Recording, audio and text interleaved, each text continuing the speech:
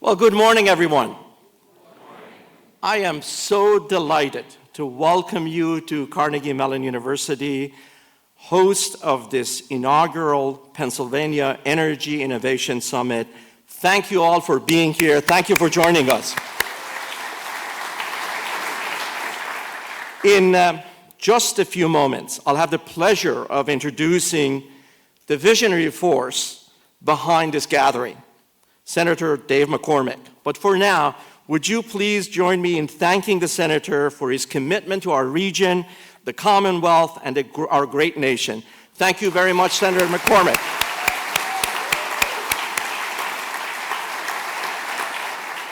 In addition to Senator McCormick and his wife, Dina Powell McCormick, we have many distinguished guests joining us.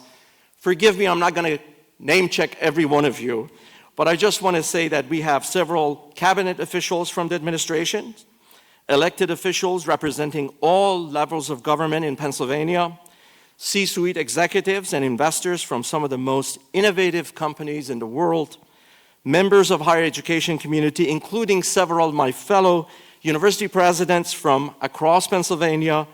I also want to acknowledge my faculty colleagues and leadership from Carnegie Mellon that are in attendance, but I got to tell you, many of my colleagues have been working very closely with the Senator's team to plan this event. As you can imagine, a lot happens behind the scene. For us to have this event, I do want to acknowledge both our team and the Senator's team for the incredible commitment and spirit of collaboration they have shown us to make today possible. Would you please join me to thank the staff who's put all of this together?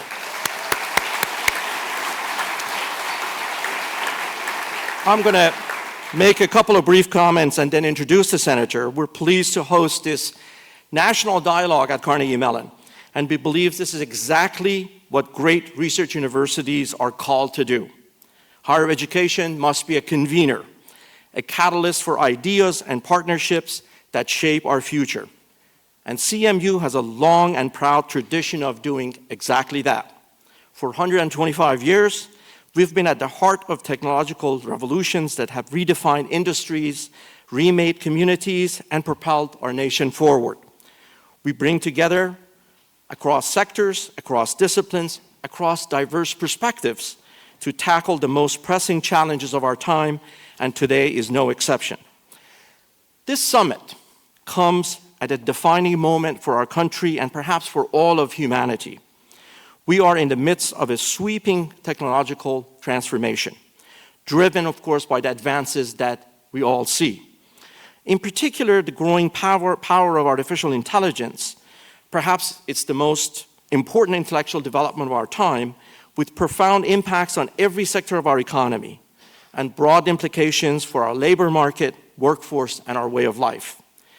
And as you soon hear in several of the panels, we'll not be able to win the AI race without tackling the critical issues of energy, and that's why we're here today.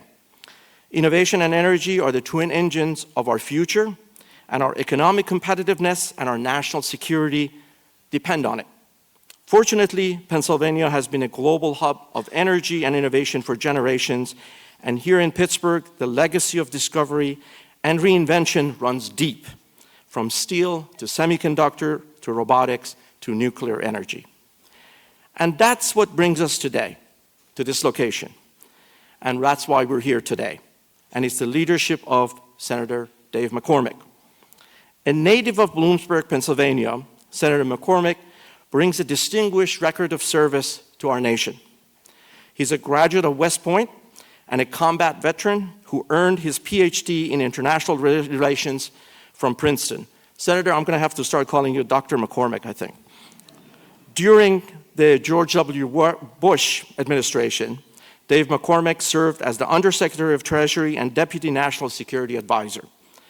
In 2009, he left the Bush administration to become the president of Bridgewater, one of the largest hedge funds in the world, and would later become co-CEO in 2017. Since entering the Senate 6 months ago, he has quickly become a powerful voice for innovation, for energy, and American competitiveness. Ladies and gentlemen, please join me in extending a warm welcome to Senator David McCormick as he takes the stage. Senator, it's all yours.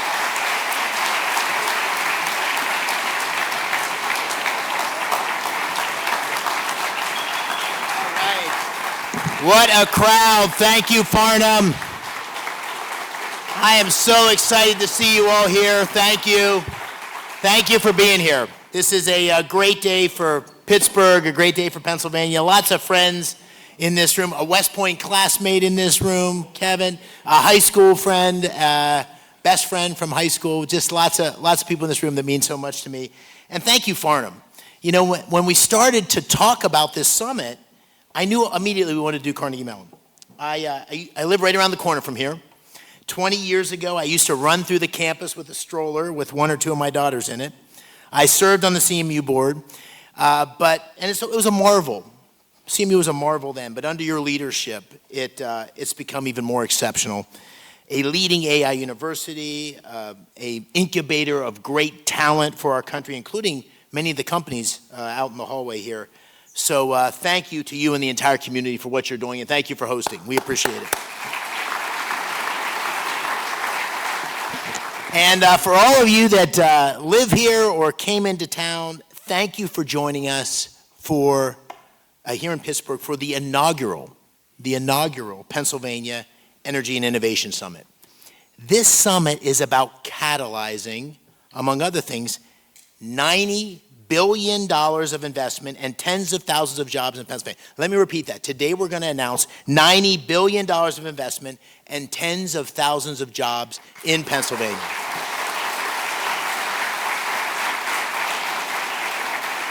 I think this will, my first best day in the Senate was when Mark Fogel came home. This may be my new favorite day in the Senate because I know this is going to mean so much for Pennsylvania.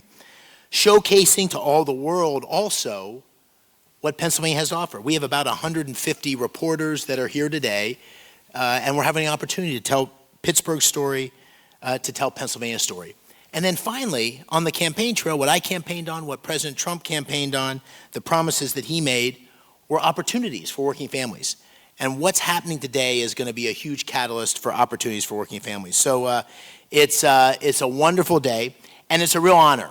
And I mean this, an honor and a privilege to be able to welcome you to the Steel City, a city that has shaped my life in so many ways, and where Dean and I are proud to call home.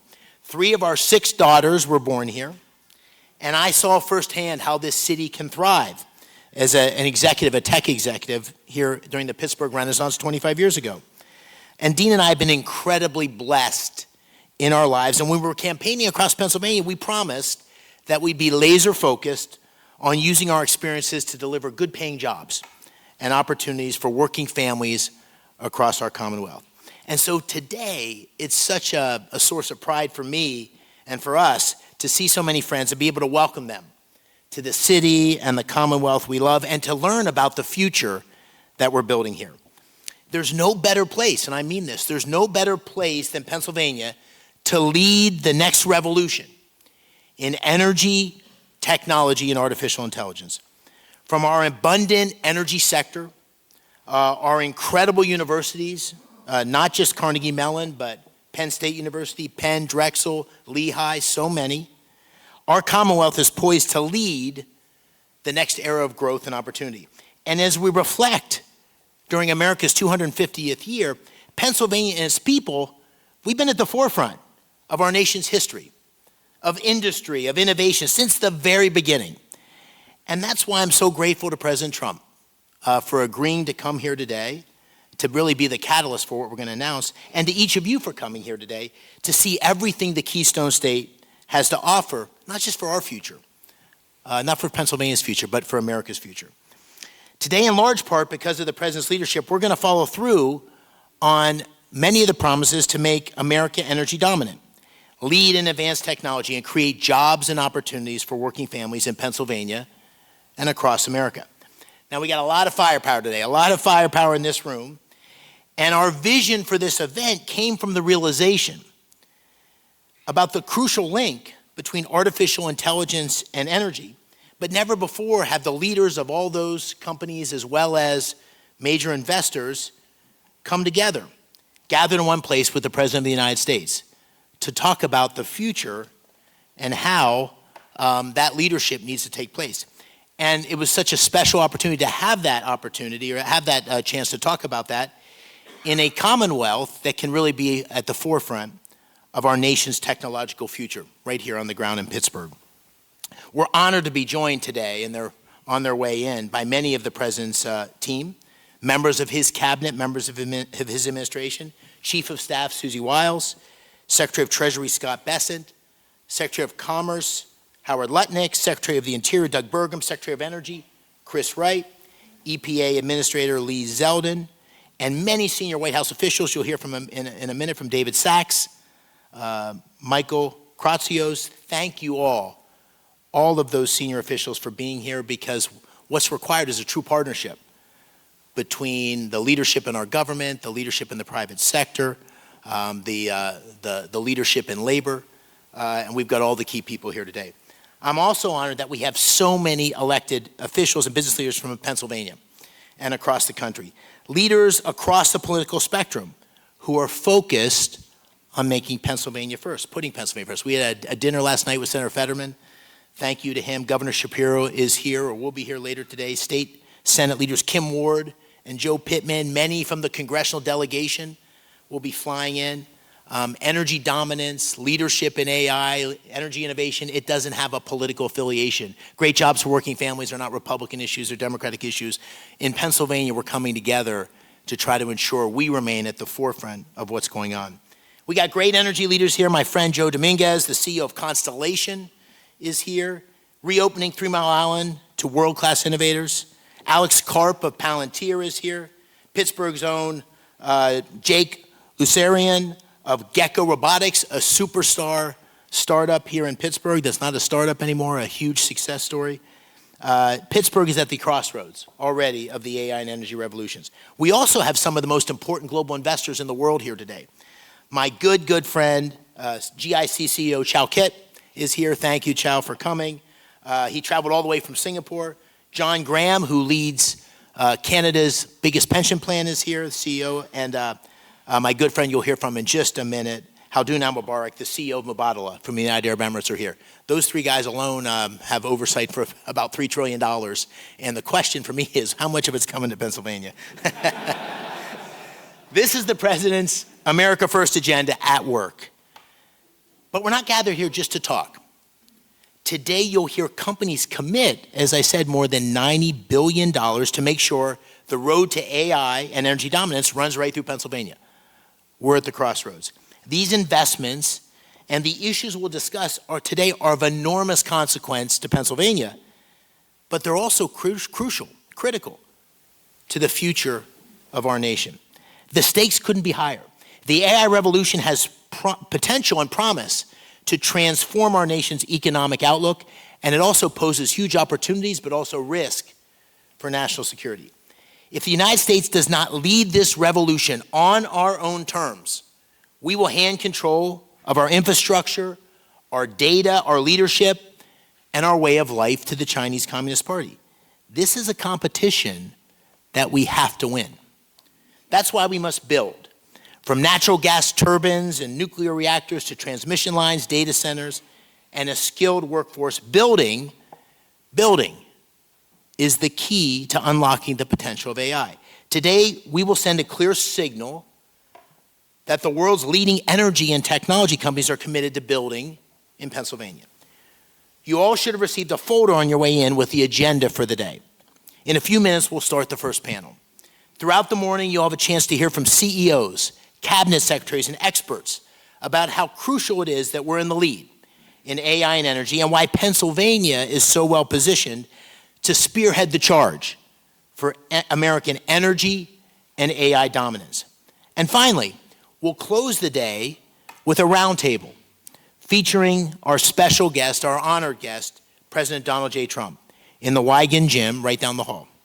Now, I don't want to spoil it, but it's going to be an incredible event with some historic announcements, and Dina and I are beyond grateful to the President for coming. Today would not be possible also without the amazing support, the staff of Carnegie Mellon, my team, their hard work, so many volunteers, the dedication they all had to making today's vision a reality. Thank you again for being here today. Thank you for believing in Pennsylvania. Thank you for believing in America's future. I'm now excited to introduce ABC 27 Harrisburg's Dennis Owens, who will be moderating our programming this morning. Dennis is one of Pennsylvania's most respected journalists. He's been a news anchor in Harrisburg for more than 25 years. He's an indispensable link for millions of Pennsylvanians to their selected leaders, and he holds all of us accountable, regardless of party. Dennis, thanks for being here, and take it away.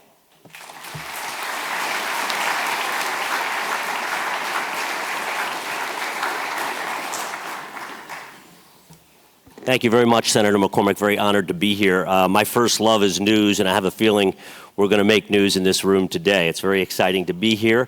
And pardon the pun, a lot of energy went into organizing this. Can we have a round of applause for not only the senator, but his staff, because they really have worked hard. Herding this many cats, and there are influential cats involved here today, is not easy, and they've done a great job with it. Senator, you've chosen the perfect city and the perfect campus for this summit, for here we are at the crossroads of Pennsylvania's energy past and its energy future. I recently, 4th of July, I went to some museums in Pittsburgh. I visited the city. An amazing fact that during World War II, and Gene Yawn knows this, during World War II, the city of Pittsburgh itself produced more steel than all of the Axis powers combined. For the younger people in the room, the Axis powers were Japan, Italy, and Germany. It was mostly fueled by coal, and that steel mostly fueled the Allied victory. But I also learned that in the 1930s and 1940s in the city of Pittsburgh, before what were called smoke controls, street lights would go on at 11 a.m. The air was so black and thick with that smoke. So when it comes to energy, it has always been a balancing act. Everyone wants clean air and clean water, good paying jobs, the national security peace of mind of being energy independent, while ensuring that seniors on fixed incomes can still afford to turn on the lights, and they're not being squeezed out of the market by big business. So as with all big issues, there are and always will be competing interests and differing opinions, and I can assure you in the room today and what we're going to hear today, there are differing opinions, and that's a good thing. I also learned on my fact-finding tour that Pittsburgh has 446 bridges, which is the most in the world and 3 more than Venice, Italy, though I'd like to go to Venice, Italy to count.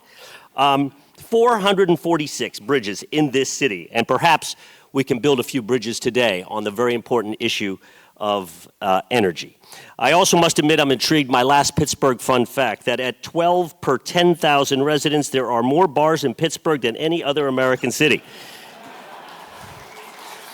Oh, I know some of you found that out last night. Do with that information what you will, but wait until after our summit. My role today and this morning is to be the MC, keep the conversation going. I'll be facilitating transitions and introducing our very distinguished speakers. As you just heard from Senator McCormick, the morning program designed around 4 comprehensive panels that will explore critical topics relating to the AI race and what it will take to power and lead during this pivotal time. We'll examine the case for Pennsylvania as a national leader in AI and describe how we are leading the way. We'll also dive deep into how Pennsylvania is already demonstrating this leadership, exploring Amazon's recent investment in our state as a case study. And finally, we'll discuss powering the AI revolution, what's needed and where investment is occurring. And we also have some side conversations with, oh, by the way, former Texas Governor and Energy Secretary Rick Perry, Secretary of the Interior Doug Burgum, and other surprise guests. Quickly, housekeeping. Before we get started, please turn your phones off or place them on silent. I'll do this at my peril. Going to put my Eagles phone on silent as we do that. I recognize where we are. And I recognize the Steelers have a lot more Super Bowls. I'm aware. For now. If you have any questions for any of our panelists, please write them on the cards. We're available at the door. You can provide them to one of our volunteers or to me to hand to our moderators. And my goal is to ensure these panels stay on time, which I've already failed miserably. We're running a little bit late, but the information is certainly well worth it. So let's get started. We're going to begin with the fundamental question of our time. How do we position ourselves to win in the AI race? Please join me in welcoming our moderator, Dina McCormick, who brings extensive experience, having worked and contributed significantly in the areas of business, investing, and government service, names such as Goldman Sachs. She's on the board at ExxonMobil. She and her husband released in April a book. It's on the New York Times bestselling author of Who Believed in You? The Power of Transformative mentoring. And the senator was good enough to call me last night. I was driving with my kids, and his name comes up on the screen, and he just wanted to make sure everything was okay for today. And I hung up, and my son said, "Is that the senator?" And I said, "No, that's Dina Powell's husband." Please welcome Dina Powell.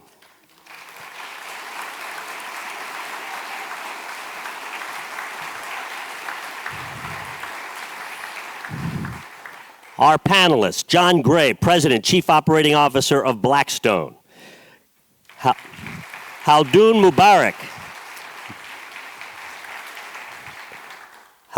Mubarak, Managing Director and Group CEO of Mubadala Investment Company. Renee Haas, CEO of ARM and Board Director of SoftBank. Our host, Farnam Jahanian, President of Carnegie Mellon University. And David Sachs, President Trump's AI and crypto czar. Dina, the floor is yours. Thank you so much, Dennis. Thanks for that warm introduction. It's a very important summit when you get Dennis Owens to be the MC. I want to just add to what Dave said as we start. We feel just overwhelmed today by so much pride in Pennsylvania, pride in all of our friends in Pennsylvania, pride that all of you believed enough in all of this to come today. And as Dave said, we maybe twisted a few arms, but it didn't take a lot of twisting to say that Pennsylvania is one of the best places in the world to invest. We were talking backstage, and one of the interesting things about this particular city is that Pittsburgh was a huge part of the first industrial revolution.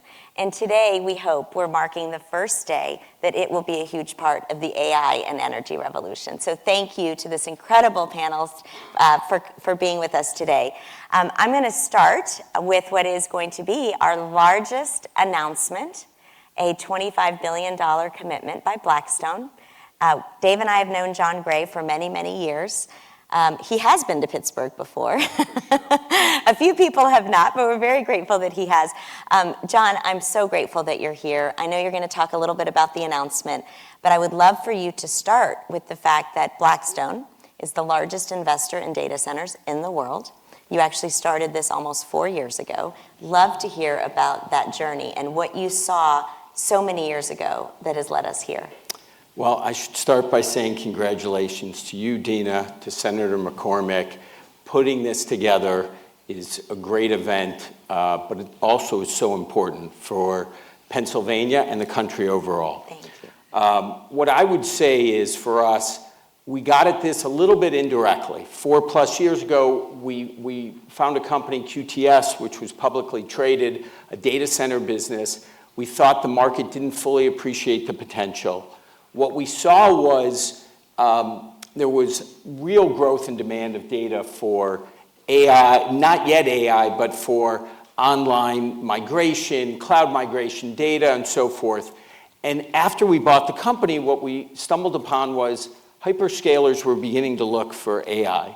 And so the management of the company did a terrific job. We talked with them. We said, we should really go for this. And what we ended up doing was procuring a bunch of sites across the country at larger size. We got a bunch of steel we ordered, and we started designing essentially data centers for larger clusters of GPUs. And that has paid off in an enormous way. Today, the company has 10 times the amount of lease space that it did back when we bought it originally. And obviously, the outlook from here feels pretty darn good. So that's how we got here. And then once we got going, we said there's more opportunity. And so that led us to do large financings of other players in the space. We ended up leading financings for CoreWeave of more than $10 billion. We built up our capabilities in Europe. We bought the biggest data center company in Asia called AirTrunk. And so we've really gone all in, and it's made a huge difference for our investors in infrastructure and real estate. Today, what we're talking about is an announcement, as you noted, $25 billion, focused in two areas. One, building data centers in Northeast Pennsylvania. We'll talk about it a little later in the formal announcement, but we've identified several sites that we've secured to build large data centers, which we think is critically important. And then also, and Tag, the co-CEO of QTS, is here. We're also going to make an announcement with a utility here in the state to build a large number of potential generation plants, natural gas. And so what we're thinking about and what makes us so excited about this area is the idea that you can co-locate the data centers directly next to the source of power. Mm-hmm. And that's really the special sauce here, is being able to put these things together, because building transmission lines, building pipelines, that's really difficult. Mm-hmm. So if we can do the two in one place, and that's the advantage here. The other advantage, I'd say, of this state, obviously the intellectual capital, Carnegie Mellon University, the University of Pennsylvania, where I went. And I would say, and it's really important what you guys have done here, is the bipartisan support in this state for digital and energy infrastructure. In many states, it's really tough. You can't get folks on both sides of the aisle, but here you've got both senators, obviously, the governor, the president's coming today. Everybody is all in, and that is really important. If we're going to compete, if we're going to build this AI infrastructure, we've got to do it together, and so that's one of the things we love about this. That's why we've come here. We're making this big announcement. Thank you, and it means a huge, huge amount.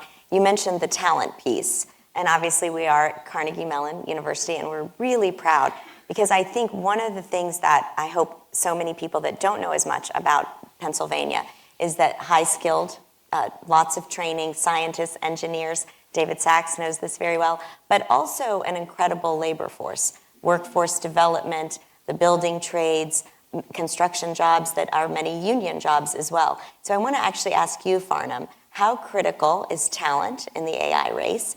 And Carnegie Mellon, you could argue, was kind of first in line to think about who are the smartest engineers, what are the most important academic programs. Take your victory lap. Go ahead.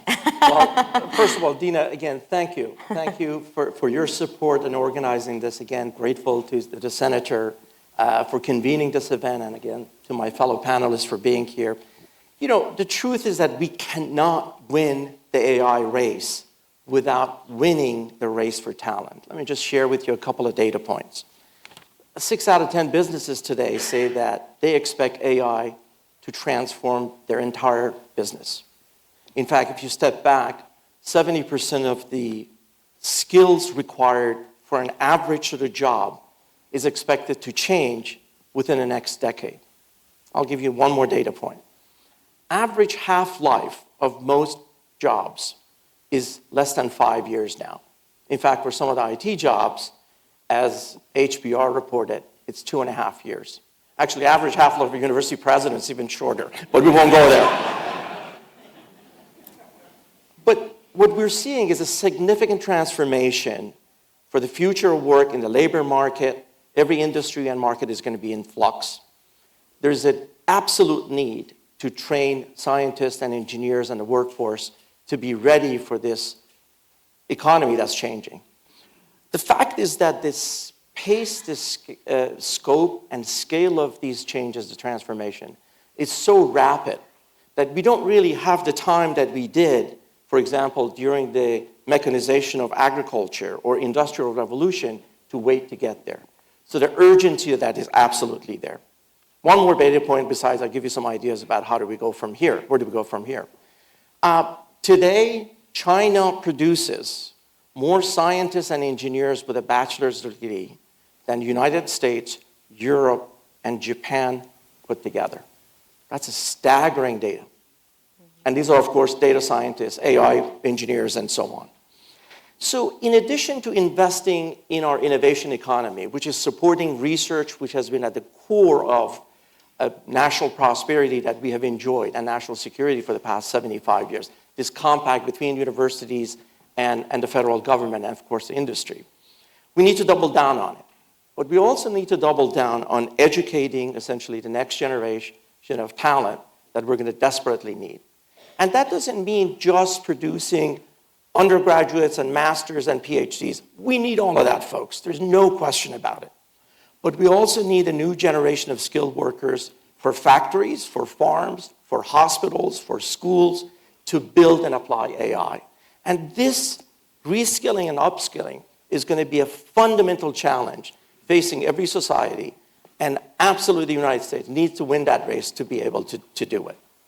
The second point I want to make is that while we need to double down on the domestic talent, and by the way, domestic talent means working all the way from K through 12 through, of course, our colleges.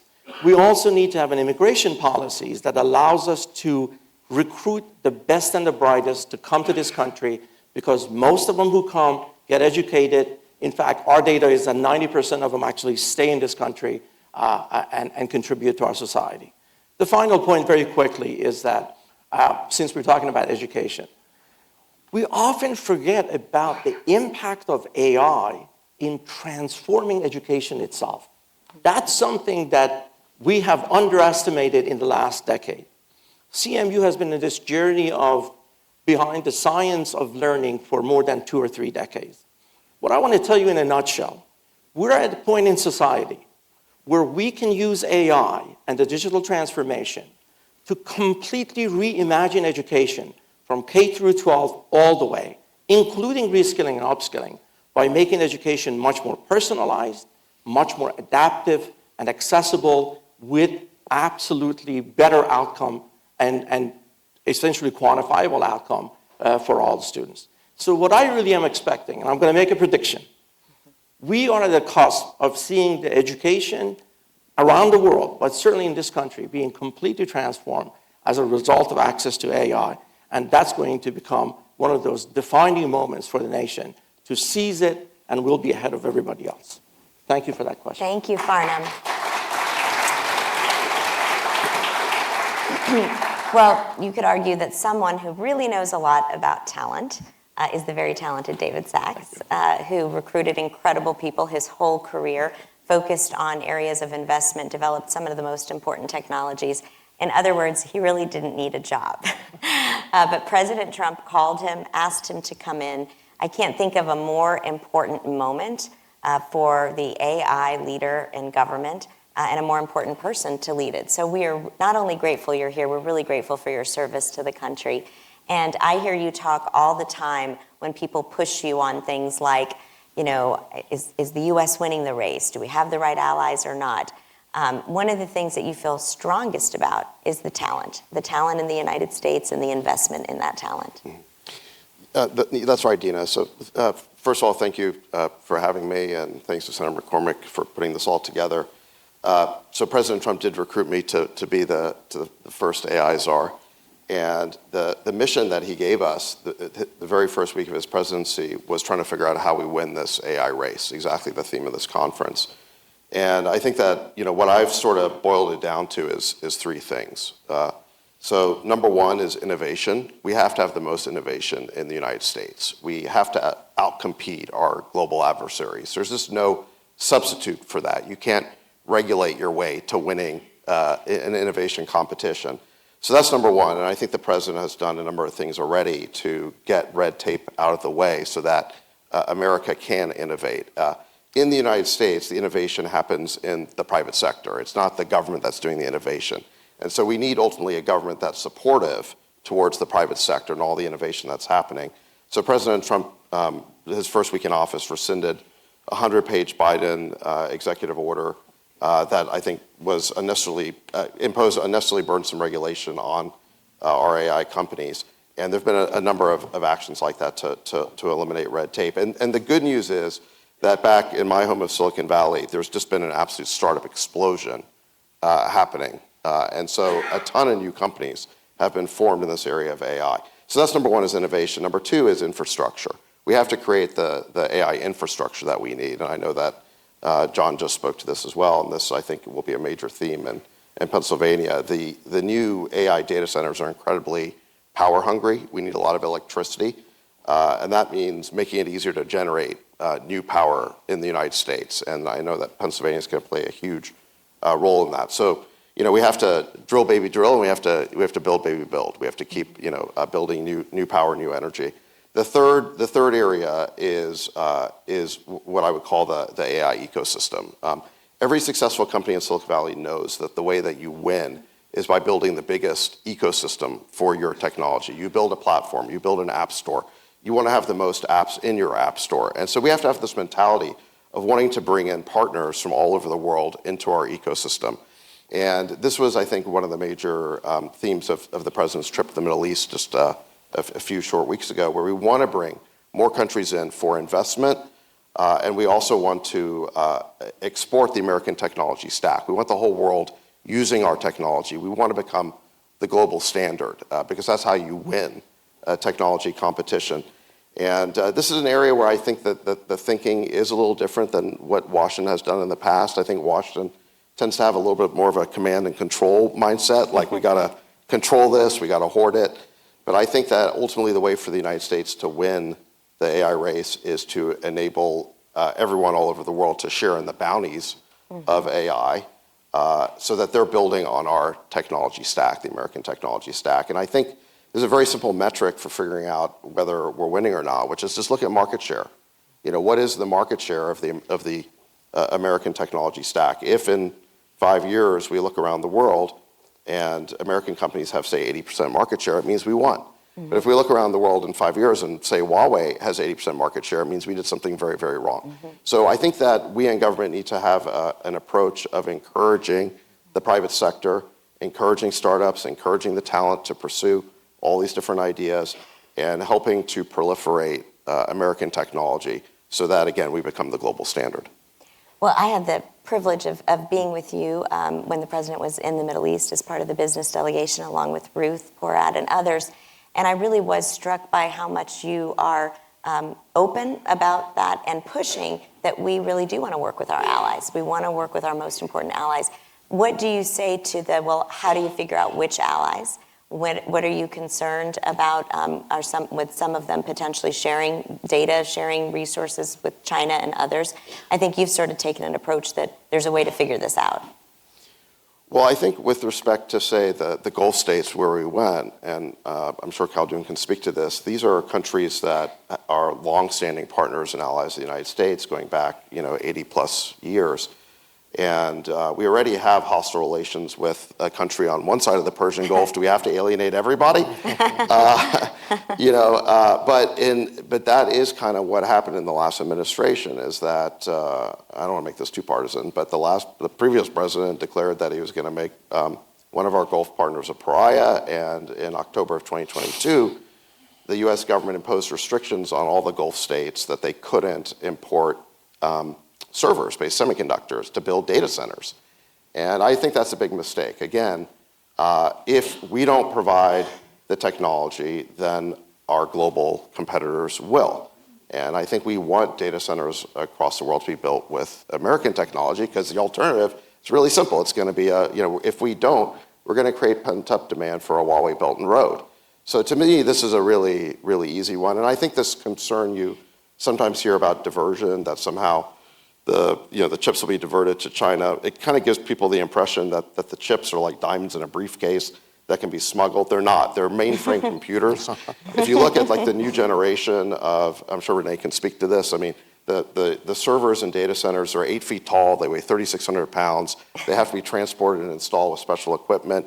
Very easy to see where they're going, and I know that our Gulf state partners would honor our security agreement. This is ultimately a trust but verify situation, and all you have to do is send an inspector to a data center, and they can just count the racks. So, this concern, I think, has just been wildly blown out of proportion.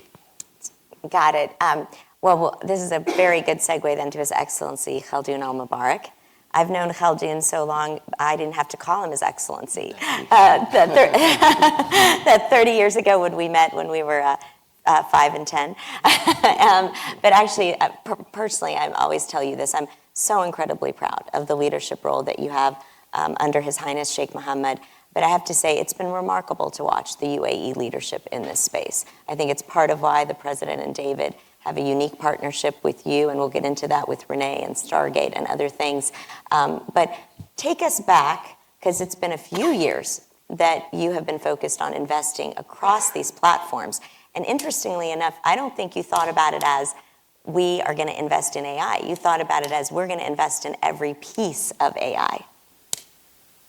Well, first of all, Dina, thank you. It's really a pleasure being here today. I would like to say it's my first time in Pittsburgh. I actually thought it was my first time in Pittsburgh. Oh. But I realized when I got here that no, I've been here maybe 25 years ago for a Steelers game. We won over the crowd. We're very proud of that. That's the only thing I remember. It was actually a Steelers game. But nevertheless, when Senator McCormick invited me to come here, and I thought, mid-July, Pittsburgh, am I going to be in mid-July in Pittsburgh? But it's very hard to say no to Dave. I've known Senator McCormick for also, I think, almost 25 years, and he's a great leader, a great friend, and I couldn't say no. Especially when Dina then follows up, because the follow-up is now double impossible to say no to, and of course. Well, he didn't think it would happen because 4 weeks ago we had the honor of being with him and His Highness in Abu Dhabi. 4 weeks ago, and we said, there's going to be this incredibly important summit, and you're going to want to be here. And he said, yeah, that sounds good. Like, that's never going to happen. But then I got the Dina follow-up. No, it's really a pleasure being here, and of course coming to this great state. And then we have a lot of touch points. Mubadala has been investing for many, many years in the United States.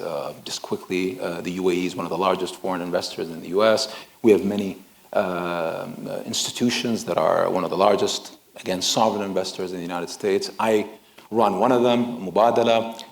We have, almost over 40% of our portfolio is here in the U.S. in a very diversified portfolio.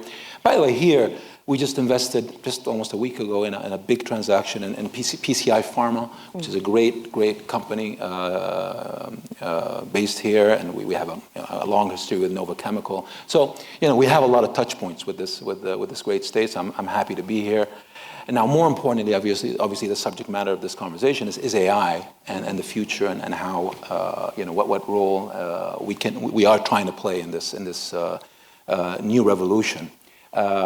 Similar to the state, when I come somewhere out, try to find touch points and analogies. My country suffered from an industrial revolution. In the early 1900s, before we had oil and gas, or before we discovered oil and gas, our main industry was pearl diving. So it was pearls. We used to dive for pearls. Our ancestors, generations ahead of it, that's what they did. And then we had a technological revolution by the Japanese back then, which was the artificial pearl. And you had a country or a nation that depended on one product, on one industry, that suddenly got disrupted by technology. And that was a huge lesson for us as a people. We then discovered oil and gas, and then the rest is history. But over the last 50 years, one of the things we focused on as a nation was not to make that same mistake again. Not to suffer from a technological revolution that would take us back, years back and push us back into poverty. And oil and gas was a great blessing, obviously, but at some point this was going to be disrupted, and I think that was the wise approach that our leadership and my government took many years ago. So we started diversifying the economy, and over these last 50 years, it's been a story of diversification. And today, when you look at many of these oil and gas nations, the UAE probably pops up as one of the most diversified as a country with an economy that's quite vibrant, quite strong. By the way, not too dissimilar from the state in terms of the size of the population, similar size of population, but a great economic story over this last 50 years. Over these last 10 years, we've been focusing on technology.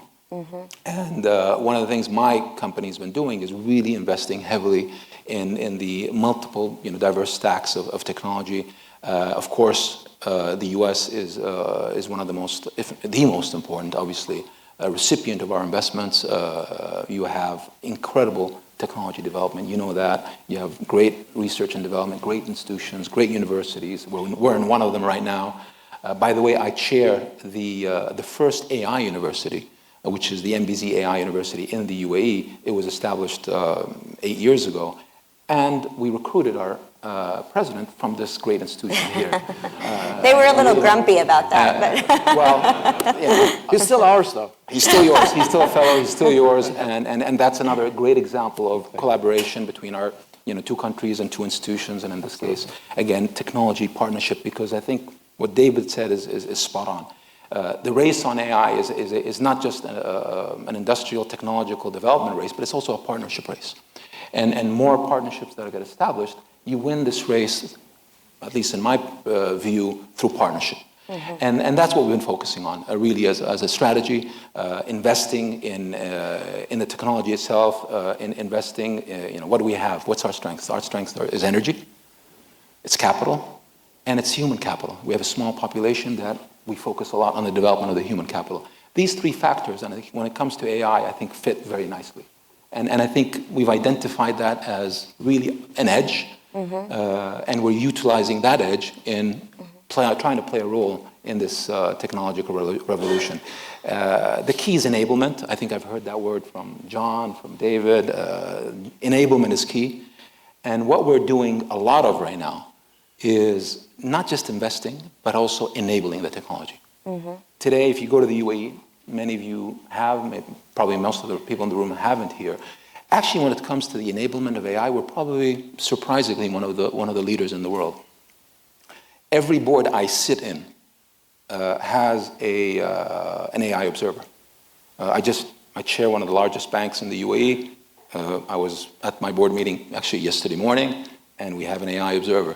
Not yet voting, but we're looking at that. Explain, because you explained this to me when we were there. What is an AI observer? It's actually looking to see, are you using AI effectively, but actually questioning some of your investments. Oh, absolutely, absolutely. So, again, let me use the example of Mubadala, which is obviously in our investment institution. Here in our investment committee, which I chair, we've developed over these last months our, let's say, AI co-pilot that sits with us in the investment committee. All the board members, all the investment committee members, obviously get to interact directly with the agent, and obviously the teams coming in, pitching us these investment propositions. We get to challenge, as what John does in every single meeting, the teams, but also we get to, I think, the edge, which is inevitably what we will use through that enablement and everything we do, the use of AI to support human decision making in what we do, which is investing. And I think what I found, at least in now almost 1 year of implementation, is a huge learning curve. And really that capability is strengthening in a way that is phenomenal, and it's an advantage that we all have and that we have to utilize, but we have to take that leap into enablement, and that's what we're doing a lot of. Yeah. Sorry, I spent too much time on my answer. My apologies. No, really interesting, because I think more and more companies like ARM are really thinking about how AI isn't just kind of your day job, but how it's transforming the company itself. Maybe share a little bit more about ARM, because you're very humble, Renee. I mean, ARM is literally in the center of the AI revolution, and in addition to that, Renee sits on the board of SoftBank and is one of the leaders of one of their largest AI investments, maybe the largest in the world, of course, Stargate. Give us a little bit more background on that and how you think about where we are in the AI revolution. Sure. Well, thank you, Dina, and thank you to everyone for hosting us. Thank you to Farnham, this beautiful university. I was born in Philadelphia, and I grew up in Rochester, New York, and my brother went to Carnegie Mellon. So this is not a very foreign place to me. This is a little bit like being at home. Where do you vote, though? No, I'm just kidding. I went to a school in Clarkson University, which was so cold that when we came to Pittsburgh, it seemed quite warm in the wintertime. But yes, I'm a Northeast guy by growing up. A little bit about ARM, and then why I think it's relevant to what's going on inside the AI space. ARM is a company that many of you may not have heard of, or maybe you have, but I can assure you that every single one of you has ARM either in your pocket, in your car, or in your home somewhere. We are the microprocessor that powers Android phones, iPhones, Nest thermostats, AI data centers, Ford F-150s. We're the most ubiquitous processor ever invented, The key tenet to what we do is all around power consumption and running off batteries. The company was conceived in Cambridge, UK, initially to be the first processor to run in the Apple Newton, if people remember that product. And the key innovation there was around, A, it had to be low power and not generate a lot of heat. So as a result, as more and more devices moved and became handheld and running off batteries, we became ubiquitous in terms of that technology. Now, going back to my snowy years at Clarkson, my first 3 years as an undergrad, the only way we could work in the computer lab was to literally go to the computer lab. We had mainframe computers everywhere. Everything was really running off, at that time, IBM mainframes. Personal computer was not yet invented. And then in 1983, Clarkson decided to take a leap, which didn't seem like a big leap in hindsight, but at the time it was, to enable every freshman with a personal computer, a Zenith Data Systems machine. And it allowed us to take that computer back into our dorm rooms and not have to go schlep through the snow to use the mainframe. That was 1983. Smartphone was invented in 2008, and now we have computing in our hands well beyond the power of those mainframes that we used in university back then. When we think about AI, and today we're putting tens and hundreds of megawatts, now single gigawatts of energy in these large AI data centers, which is required. These AI workloads that we're running are incredibly compute intensive. They're incredibly intense in terms of what's required to run the algorithms. There's no way you could run it in the palm of your hand, but I can assure you, in a number of years, you will. You will run them in the palm of your hand, you'll run them in your glasses, you'll run them in earbuds, you'll run them in something that we can't even conceive today. And that's what we're spending a lot of time at ARM working on, because ultimately, I think to achieve the full promise of AI, whether it's around security, whether it's around innovation, portability is going to be key. And to David's point, it's going to require a huge ecosystem to make this happen. I think he stated it very well. The winners in any technological race are around the partners you work with, the software applications, and the ecosystem. And I think, particularly with the new administration, it's really fantastic to see how involved, frankly, the government is in this because it's required. We're in an unprecedented area. At ARM, we work very heavily with universities, including Farnham. ARM and Carnegie Mellon have a joint involvement in terms of R&D that we do work together. It's going to take universities, it's going to take private industry, and it's going to take government. And that is the way that ultimately winners are shaped and formed in this AI race. I do think power efficiency is going to be key because maybe we get to 10 gigawatts, but when you start talking hundreds of gigawatts or terawatts, that's beyond what the planet can put together and deliver. So not only is there going to need to be innovation around the data centers, but I think there's going to need to be innovation about where these AI workloads run, and that's what we're spending a lot of time on at ARM. And as you, maybe in your other hat, you advise Masa-san on how to think about implementing some of these huge announcements you've made, massive investments, multi-years. I very focused on robotics. I know, kind of winning the robotics race because I saw with Khaldun a lot of the work that you're investing in and next generation robotics, et cetera. What criteria do you look for when you're investing, particularly in states? Yeah, so I also sit on the board of SoftBank. SoftBank is a 90% owner of ARM, so I have shareholder meetings very frequently with my chairman about the state of robotics innovation. It's also another area actually we're working locally. There's a company called Stack AV that we work with inside Pittsburgh. Former folks who were part of Argo, which was an autonomous startup. Robotics is going to be a gigantic opportunity relative to what's going on in terms of AI. And it's all the areas of robotics, Dina. It's the models themselves. It's the algorithms that run on those models, companies that build actuators, materials. The robotics space in terms of factory automation and what that can mean, particularly for jobs in this country, will be transformative. So we are involved in really all those areas, including Stargate, which is a gigantic infrastructure project that was announced in January, again, with the administration huge support from President Trump, a $500 billion investment over a number of years to build data centers in America, and also looking at sites here in Pennsylvania. Yeah, thank you. John, you were kind of nodding when Renee was talking about the evolution of the data center, because it's also possible that, yes, all this energy is needed, but of course the data centers themselves will innovate. How do you think about that part of your investment? Well, it's interesting. There's a lot of questions these days about will data centers be needed? Will we have a bubble so far? At least at this point, and Renee would know much more, David, on the technology, still feels like we're going to need these physically. And so these large clusters, these large data centers are coming. The responsible thing we do in terms of investing is you don't put a shovel in the ground until you have a long-term lease with a major tenant. So the risk of sort of speculative development and big losses goes away. But I think back to Renee's comments, to me, the real limiting factor is the energy and the power, because you need chips, you need data centers, and you need power.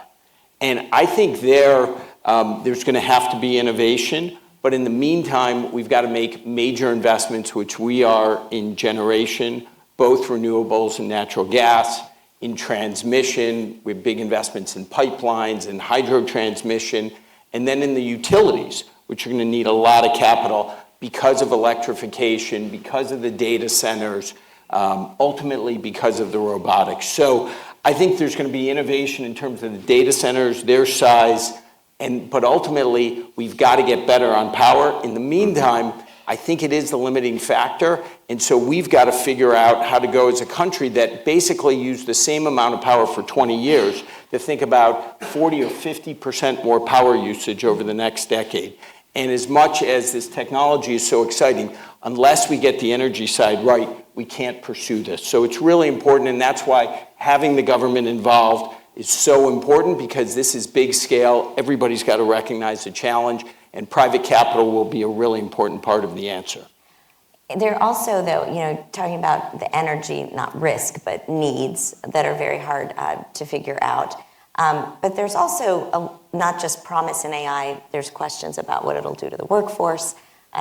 Dario, of course, from Anthropic came out this week saying this is really going to fundamentally affect jobs, affect workforce training, livelihoods of so many people. Blackstone is invested in over 250 companies, 12,000 real estate assets around the world. How are you thinking about that? So the internal way this might affect Blackstone. Look, we're thinking about it at every level. Obviously, on the investing side, to try to avoid buggy whip businesses, to try to find companies where you can apply this technology. If you can find rules-based companies in transaction processing or compliance or legal, where these machines can do things much more efficiently, and they'll become great tools for people. There's a lot of things people do in white-collar work today that they'd prefer not to. I also think there's going to be a level of creativity that's added. When you think about content creation, what these tools can do to augment what somebody who creates music or videos can do. There's also customer engagement. We can all have better experiences pretty much with everything we do when we reach out to companies. Coding gets better. And we as a firm are trying to do it at our portfolio company levels. We're trying to do it as a firm as well. Some of the things Haldun was describing, where we're gathering data, trying to make better decisions based on historical investment memos when we look at future memos, gathering the data to identify patterns. But there is this question. I think it's a longer-term question. I think in the near term, this is going to be a real productivity boom. And when people, talk about it in investing, they're worried, is there bubbles out there and so forth. I really think we're on the edge of something like the railroad, like the automobile, electrification, certainly the internet, where we're going to see a step function increase in productivity and a step function increase in growth. So getting the infrastructure right to achieve that is super important. And yes, there's going to be some human cost. And I think governments, we need to think about over time how people get skills training to move into different careers. David, I'd love you to comment. Yeah, I just want to jump in on this topic of job loss, because it's omnipresent in the media right now is, well, AI put everybody out of work. And so I think it's worth just thinking about this for a minute. I think whenever you have a technology revolution this big, there's always going to be three effects on the workplace. You're going to get some job creation because there's going to be new companies and they're going to do new hiring. There's going to be productivity, so a job is not made or lost, but people are able to do their jobs better with new tools. And then there'll be some job displacement. I think, in my view, the first two are going to greatly exceed the third. But in the media environment we have right now, the only one you really hear about is the third. And it's just worth thinking about, a little over 100 years ago, not too far from here, Henry Ford developed the Model T. And you just wonder, how would that be covered in today's media environment? It'd probably be horse and buggy makers put out of business, And I think that the reason for this is the difference between what's seen and unseen. It's really easy to see when you get a big breakthrough that the horse and buggy guys are going to go out of business. But what you don't see is that you're going to get this new technology. You're going to see this explosion in the number of cars, and that's going to lead to McDonald's because you're going to have drive-through windows, and it's going to lead to Holiday Inn because you've got an interstate highway system, and it's going to lead to car culture and American graffiti and NASCAR and F1. These are all the unseen things, and it's hard to see those things because it takes visionaries to see those things. In Silicon Valley, if you're a VC and you're right 20% of the time, you're pretty much like top of the game, right? So even people whose job it is to see the future it's a very, very difficult thing to do. And the future is created by entrepreneurs who have a vision, who pursue it with a lot of trial and error.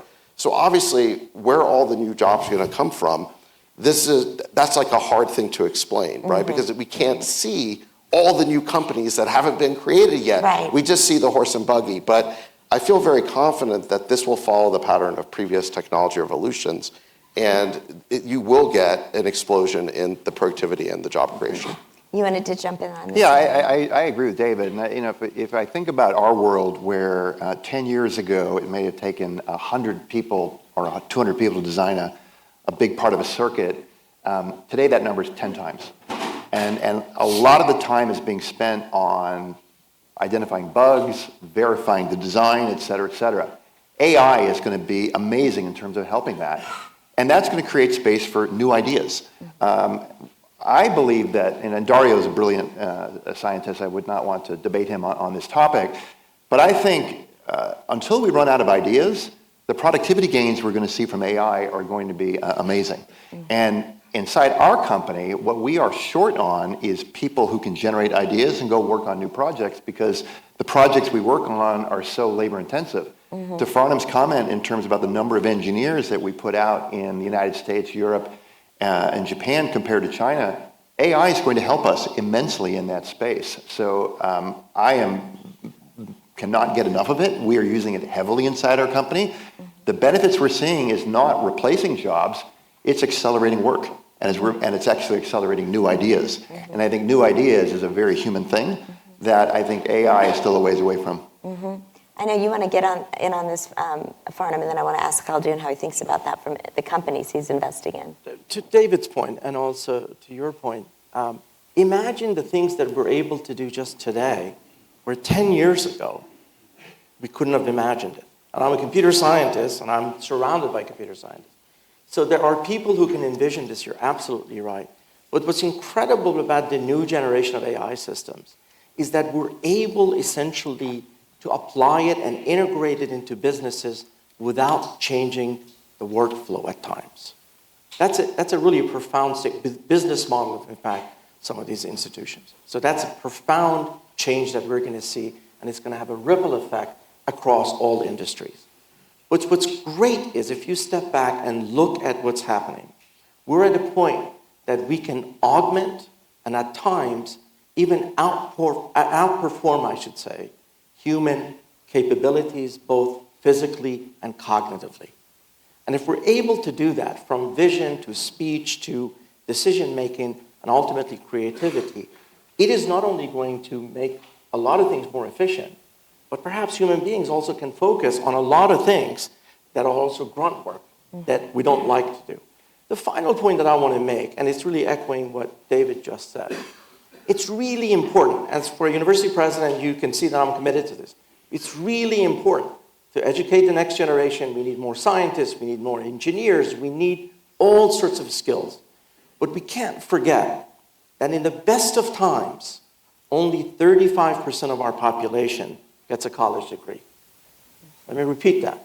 In the best of times, only 35%. We have to create pathways into this economy that we're creating that's going to bring everybody along. That's a moral responsibility that all of us have. It's not a comment against universities or against anything. It actually is a comment about we have a responsibility working with our community colleges, vocational training, to create a workforce that's going to embrace this future that we all believe is just around the corner. And we're in a race to win it. And Khaldun, when you're sitting, at the investment committee at Mubadala, you're thinking about, what's next. And in fact, you said recently, we don't think anymore in 5 and 10-year increments, it's 3 years. That's how fast the world is changing. But how does that workforce piece of it impact you when you're thinking about investing in companies? Well, I think I echo a lot of what particularly David said. The future, it's not the $1 million question anymore, it's the $1 trillion question.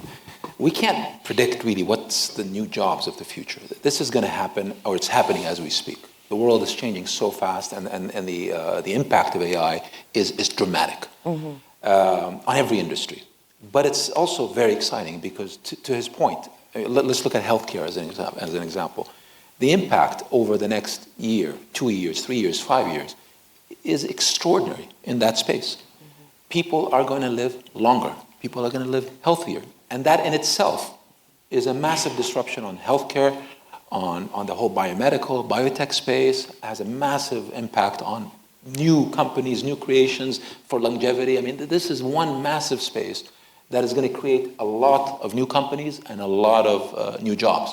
That's one angle. Energy is another one.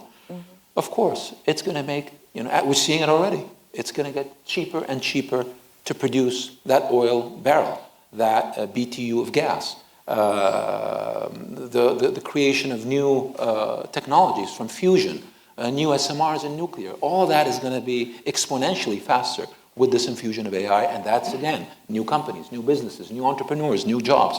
So all of that is happening as we speak, and that's very exciting. And when we, from an investment perspective, we take these theses and we follow them, that's how we look at things. We don't know all the answers, but I think we can take a projection and a trajectory of where it's going, and it's definitely absolutely more than half full. Countries, governments really have to pay a lot of attention towards retooling and reskilling these workforces. That's really where the governments, I believe, have to spend a lot of time on one angle, and from another angle, unleashing the private sector, unleashing entrepreneurship, unleashing the technology space, because in itself that will help government solve the bigger problem. That's great. Well, I can't believe we're almost out of time, and we have a couple of audience questions. I may just have time for one. What is your very favorite thing about Pennsylvania, and how much more do you want to invest in here? I'm just kidding. I was going to tell you my wife's from Pennsylvania, so that's definitely number one for me. That's right. Your wife's from Pennsylvania. No, actually, it's been such an honor to have all of you with us today. David, thank you to you and President Trump for focusing on this critical issue. I know he's optimistic about the future of AI and our country's ability to succeed in it, and it's just so awesome to have you all here. We're really grateful. Thank you so much.